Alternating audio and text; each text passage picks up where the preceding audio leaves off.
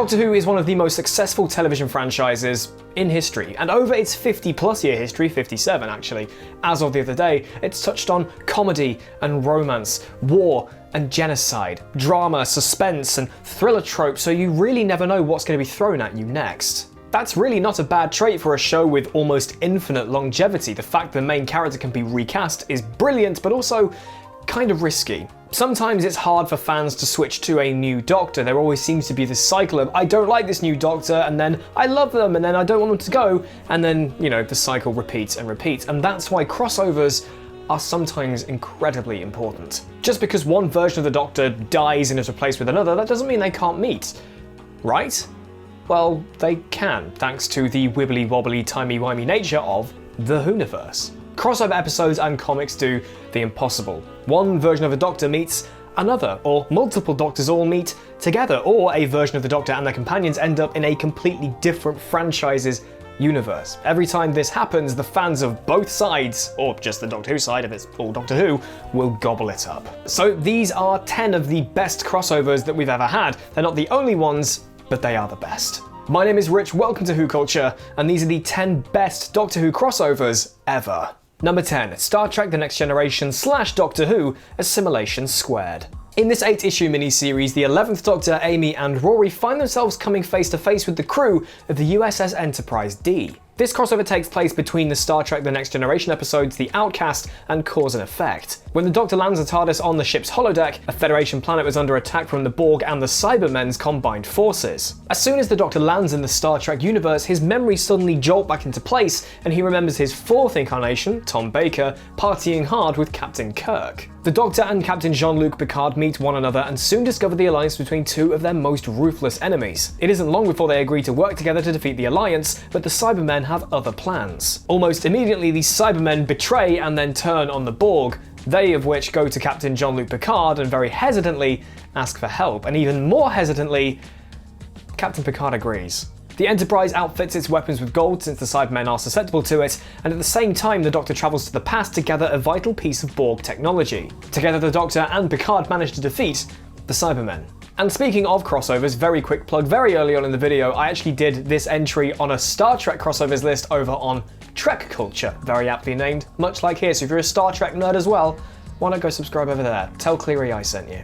Number 9, The Stolen Earth and Journey's End. Doctor Who's 750th episode kicked off with a crossover of ridiculous proportions, crossing over Doctor Who, obviously, Torchwood and the Sarah Jane Adventures. It closed up the 4th series of the Doctor Who reboot and tied up a few more dangling threads that were left over the course of the Russell T Davies era. The crossover begins when Earth and 26 other planets are stolen by the Daleks with Davros's help. The Doctor and Donna try to locate the missing Earth as they are then contacted by Jack Harkness, Martha Jones, Sarah Jane Smith and Rose Tyler, all with the hope of mounting a defense against the Daleks. The Stolen Earth closes with the Doctor being shot by a Dalek and beginning to regenerate. At the beginning of Journey's End, the Doctor siphons it off into a hand, and the Metacrisis Doctor is later on born.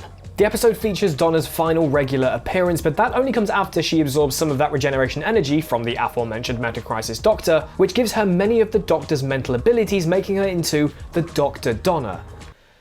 The strain ultimately required all of the Doctor's memories to be stripped from her mind, or she would have died. And regarding the clone of David Tennant, the Metacrisis Doctor who is half human, they go off with Rose into the parallel world and they go and live a happy life together. It's all really nice. Unless you're Donna, who doesn't remember a thing. Number 8, The Lost Dimension. The Lost Dimension is an absolutely incredible selection of graphic novels published by Titan back in 2018, and it features every single incarnation of the Doctor at the time facing off with a brand new enemy, the Void. I'm doing a workout apparently. I've been running for the past 10.5 minutes. Cool. The content makes you lose weight. The comic features the return of Jenny, the Doctor's long-lost daughter, who was cloned from him before going off on her own. She's back and she has a terrifying message for the 12th Doctor, Nardole and Bill. The empty space between universes, otherwise known as the Void, is awake and is looking for a universe to eat. The Void threatens every single one of the Doctor's incarnations, apart from Jodie Whittaker, she wasn't in this, and the more recent few find themselves in some very strange and almost impossible situations. The 9th Doctor re-encounters the Silurian detective and leader of the Paternoster gang, Madame Vastra, the 10th Doctor faces off against cybernetic foes on a faraway space station, and the 11th travels beyond the universe to find an era of his civilization's ancient past. This comic takes everything Doctor Who has gone up against in the past and throws it all into the mix in an exciting and dangerous new adventure. The Lost Dimension is broken down into 2 volumes and it makes for a brilliant read. Number 7. A little help from my friends. The 13th Doctor's first crossover doesn't come in the form of a TV episode, but in a comic book published by Titan titled Doctor Who: The 13th Doctor Season 2. Not only does the 13th Doctor come into contact with her past self, she comes into contact with him during one of his greatest adventures. During Blink, the 10th Doctor and Martha Jones were stuck in 1969 thanks to a Weeping Angel, but their adventure wasn't shown in great detail during that episode. As A Little Help from My Friends demonstrates, their time in the 60s was quite the adventure. The 13th Doctor, Yaz, Graham and Ryan make their way to New York City in 1969 to check out Woodstock, but the TARDIS had other ideas. Instead, they wind up in London, where they find the 10th Doctor and Martha. The two teams wind up working together to thwart a Weeping Angel takeover of London, and it's pretty epic. The first 4 issues of this series detail the timey-wimey shenanigans that get the 13th and the 10th Doctor together, and it's fantastic. And something this series should be praised for is it really dives deeper into Graham, Ryan and Yaz's character, something not even the TV show did. Number 6. Dimensions in Time. Dimensions in Time is the first 2-part story of Doctor Who that was broadcast since 1985's revelation of the Daleks. This story was created to celebrate the 30th anniversary of Doctor Who and also to raise money for the BBC charity Children in Need. One of the show's main narrative features was that it incorporated a crossover of Doctor Who and EastEnders, effectively placing them in the same universe. The 3rd through the 7th Doctors were all present, as were many of their companions. The 1st and 2nd Doctors' pictures were used to include them due to the deaths of William Hartnell and Patrick Troughton. The plot revolves around the Rani creating a menagerie of creatures from all across time and space, and knowing that the Doctor will want to stop her, she places all of the Doctors at the time in a temporal trap. What made this program unique was that the plot was affected by the fans. They could call in to cast a vote to determine which 2 of the EastEnders characters would help the Doctor. In the end, Mandy Salter won over Big Ron with 53% of the vote. I have no idea who they are, I have never watched EastEnders in my life. Number 5. The 2 Doctors. While it's not atypical for the Doctor to cross paths with its past or future incarnation, normally it's to save the entire universe from destruction, not normally to save himself, but that's exactly what happens in the 2 Doctors. The 6th Doctor has to save the 2nd Doctor, as if the 2nd Doctor dies in full Back to the Future fashion, the 6th, 5th, 4th and 3rd Doctors will obviously no longer exist, as will every Doctor since. In the story, the 2nd Doctor and Jamie are on a mission given to them by the Time Lords to meet with Dastari, the head of projects on a space station. The Dastari is on the verge of discovering the secrets of time travel, but the experiment could destroy the fabric of time. The Sontarans attack and the Doctor is killed, which brings the tale to the 6th Doctor, who has a memory of his 2nd incarnation dying. To ensure that doesn't happen, the Doctor contacts the Dastari for help, but things don't exactly go to plan. Ultimately, the 6th Doctor finds his 2nd incarnation and the 2 work together to stop an alien species from stealing a secret of the Time Lords with the help of the Sontarans. If the 6th Doctor fails, he will cease to exist, so they need to do everything in their power to save their own butts. Number 4. The 5 Doctors. For Doctor Who's 20th anniversary, the BBC commissioned a feature-length, fully-fledged, fully fun episode, The 5 Doctors, which, as the name suggests, features 5 incarnations of the Doctor. Richard Hurndall portrayed the 1st Doctor, as William Hartnell had unfortunately passed away by this point. Patrick Troughton and John Pertwee returned as the 2nd and 3rd Doctors. Peter Davison was there as the 5th, and Tom Baker appears in only recorded footage. He didn't actually come back for the special. When an unknown enemy uses a time scoop, the Doctor's first 4 incarnations are yanked from their respective time streams into the Death Zone on the Time Lord's homeworld of Gallifrey. In addition to the Doctors, Susan Foreman, Sarah Jane Smith and Brigadier Lethbridge Stewart all arrive, as do the Daleks, Cybermen, a Yeti and a Raston warrior robot. The 5th Doctor sensed a disruption in his time stream and he travelled to the Death Zone to find himself. The Doctors and their respective companions are forced to contend with the Master, the Daleks, the Cybermen, and more. As they move closer and closer to the tomb of Rassilon, the secret of who brought them there and why begins to unfold. All 5 Doctors and their companions must all work together to try and thwart this unknown enemy. It is a lot of fun. I highly recommend watching it. Number 3. The 3 Doctors. You can see where these latter entries are going, can't you? When the 10th season of Doctor Who kicked off in 1973, it did so with a special broadcast in 4 parts. The special featured the Doctor's first 3 incarnations, John Pertwee playing the incumbent 3rd Doctor, Patrick Troughton as the 2nd, and William Hartnell, who was still alive at the time, as the 1st. In the special, the solar engineer known as Omega, who was the creator of the experiments that gave the Time Lords the ability to travel through time, seeks revenge. The Time Lords left Omega for dead in a universe made up entirely of antimatter, and since he wants his revenge, the Doctors, together, must stop him. The Time Lords recruit the Doctor from 3 separate time streams to help. When Omega begins to drain the Time Lords of their power, the Doctors show up in the nick of time to help the rulers of Gallifrey.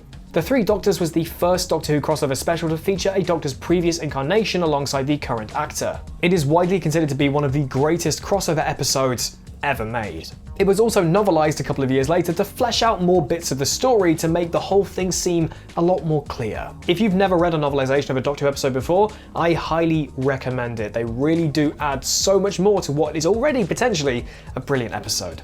Number 2, Time Crash.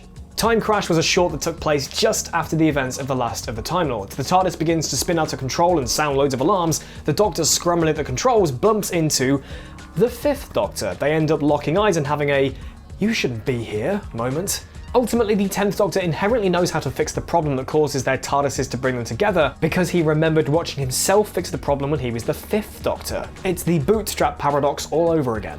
It's all a bunch of wibbly wobbly timey wimey stuff, and it's hilarious. It is only a couple of minutes long, but it worked on so many levels. There's so much more to what's going on in Time Crash than meets the eye, and it has to do with what these two actors' relationships are to each other. Now, many fans already know that David Tennant is married to Georgia Moffat, who played the Doctor's daughter in the 4th series of the reboot. Though her surname is Moffat, her father has a stage name. His real name is Peter Moffat, but he goes by Peter Davison. So that makes the 5th Doctor her father and the 10th Doctor her husband.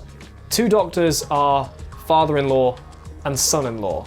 It's so meta, it's unreal. And the fact that she also played the 10th Doctor's daughter while being the daughter of the 5th Doctor. It's all wibbly wobbly, timey-wimey, and it's also real. That's super cool.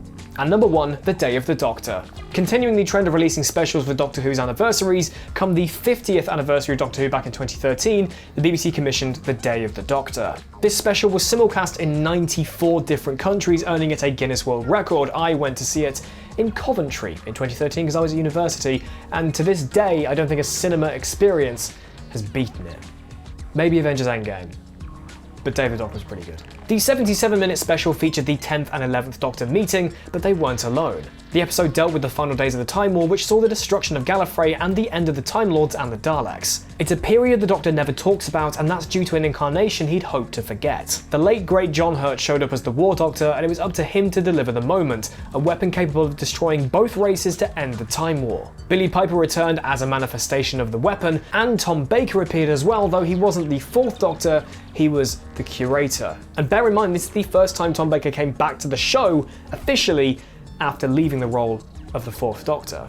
The episode was created as a love letter to fans, and that's precisely what it was. It managed to tie up some loose ends, feature a plethora of fan favourite characters, and introduce the forthcoming 12th Doctor. Seriously, this is why this was one of the best cinema experiences I ever had. When this scene happened, the whole place just erupted, and there has been nothing quite like that. Again, maybe apart from when Captain America got Thor's hammer. But this was good too. For a 50th anniversary special, it did not fail to deliver, and most fans agree it is the best Doctor Who crossover ever made. And that is my list. Are there any crossovers that you'd like to see in future, be it on TV, be it as a comic, be it as a big Finnish drama? Personally, I want to see angry Capaldi go up against angry Eccleston. Just, imagine that. Let me know your ideas in the comment section below, and don't forget to subscribe to WhoCulture here on YouTube if you haven't already. I have been Rich, thank you very much for watching. You can follow me on Twitter @PickupChangeToe and on Twitch @RichIsLive. Take care of yourselves, I'll see you soon.